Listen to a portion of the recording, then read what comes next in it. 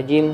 Ya ayyuhalladzina amanu kutiba alaikumus shiyam kama kutiba alal ladzina min qablikum la'allakum tattaqun.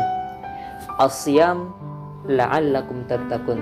Artinya puasa Allah sandingkan dengan ketakwaan. Maka hikmah disyariatkannya puasa adalah untuk menambah ketakwaan kita kepada Allah Subhanahu wa taala.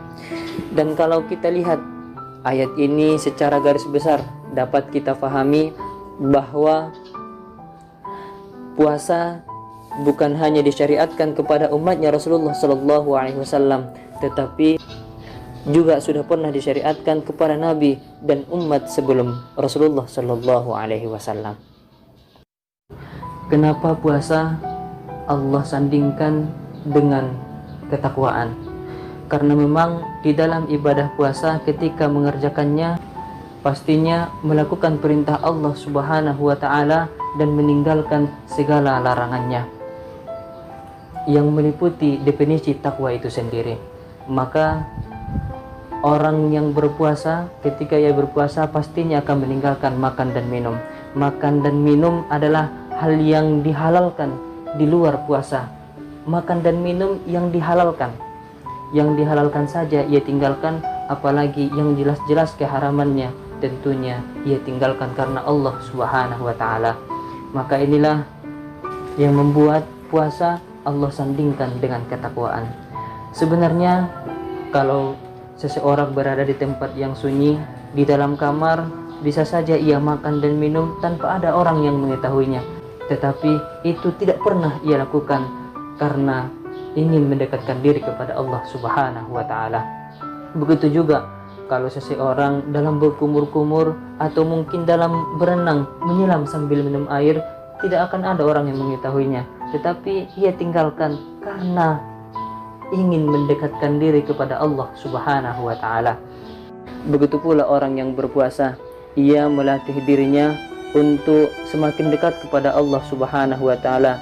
Ia mengekang hawa nafsunya, padahal sebenarnya jika ia melihat es dalam satu gelas, tentunya dirinya, jiwanya sangat terdorong untuk menikmatinya, tetapi ia tinggalkan untuk mendekatkan diri kepada Allah Subhanahu wa taala.